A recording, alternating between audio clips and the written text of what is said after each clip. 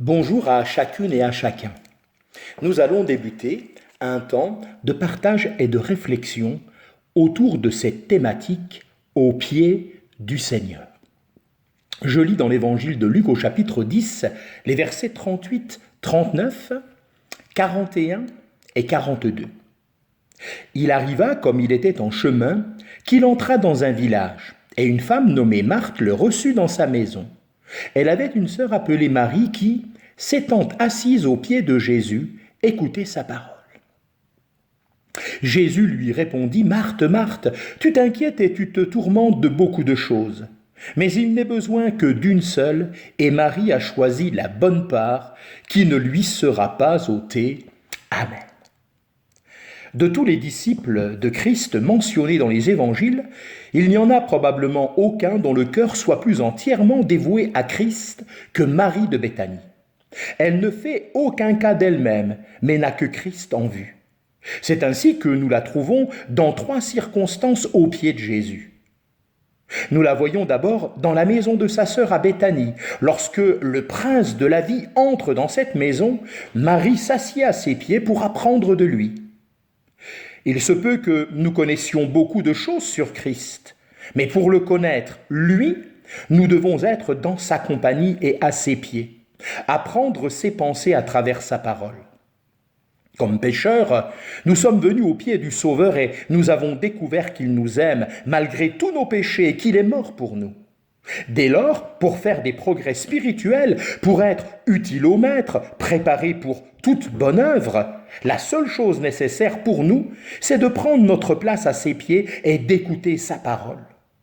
Cette vérité simple mais importante est placée devant nous dans ces versets.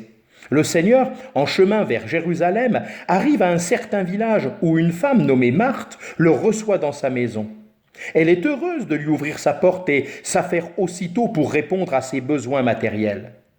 Cet empressement était juste et bon à sa place. Pourtant, le récit montre clairement que Marthe pensait beaucoup à elle-même dans son activité. Elle n'était pas contente d'avoir toute la charge de ce service et se sentait frustrée d'être laissée seule à servir. Il y avait une chose qui lui manquait, la seule chose indispensable, s'asseoir aux pieds de Jésus. Marie nous montre l'exemple d'un croyant qui a choisi la bonne part. Le Seigneur dit clairement que la part de Marie était la bonne part, car elle avait choisi la seule chose nécessaire, s'asseoir à ses pieds et écouter sa parole. Il est évident que Marie avait une perception plus vive que sa sœur de ce que le Seigneur désirait.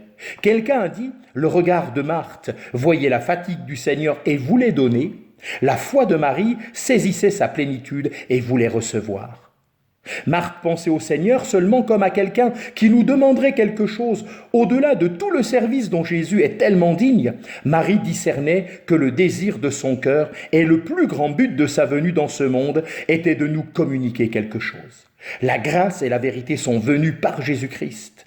Et il pouvait dire à son Père à la fin de sa vie, « Les paroles que tu m'as données, je leur ai données. » Marthe s'était-elle décidée à faire de bonnes œuvres sans avoir été vraiment instruite par la parole de Dieu? Avec Marie, nous apprenons ce qui doit précéder tout service, la communion avec lui, ainsi que la connaissance de ses pensées révélées par l'Écriture. Il aime que nous le servions au moment et de la manière qu'il désire, mais il aime par-dessus tout nous avoir dans sa présence pour nous parler par sa parole. Oui, Marie a choisi cette bonne part, et le Seigneur n'admettra aucune plainte venant de sa sœur pour minimiser son choix. Cette part ne lui sera pas ôtée. Oh, cela ne veut pas dire que pour avoir choisi la bonne part, Marie restait sans œuvre. Au moment voulu, le Seigneur l'a approuvée en disant « Elle a fait une bonne œuvre envers moi » dans Matthieu 26, verset 10. Que Dieu vous bénisse.